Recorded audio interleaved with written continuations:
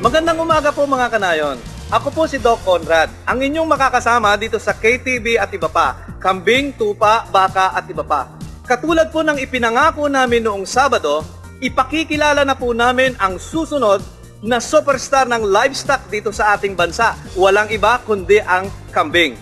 Ngayon po, pag-uusapan po natin ang kalagayan ng industriya ng kambing dito sa ating bansang Pilipinas. Ang pag-aalaga ng kambing dito sa ating bansa ay small scale operation lamang o maliitang operation.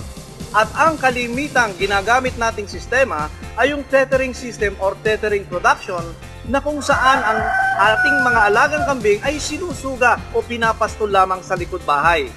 At kalimitan, ang ginagawa ng ating mga magsasaka ay ginagawa itong parang sideline lamang bukod doon sa kanilang pagtatanim ng palay sa kabukiran.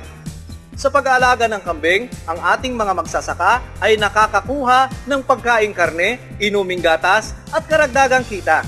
Noong 2002, ang populasyon ng kambing dito sa Pilipinas ay humigit kumulang sa 3.29 million.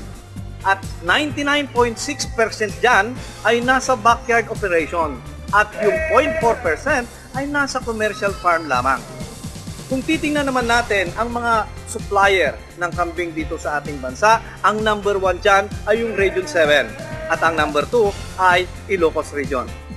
Alam niyo po mga kanayon, ang kambing ay tinaguri ang poor man's cow dahil ito po ay nasa abot kaya lamang ng isang ordinaryong magsasaka.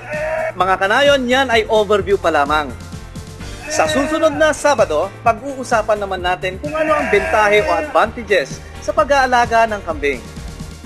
Sa mga hindi pa po nag-enroll, mag-enroll na po kayo. Abangan nyo po si Doc Lilian kung paano po mag-enroll. Ito pong muli si Doc Conrad para sa K+.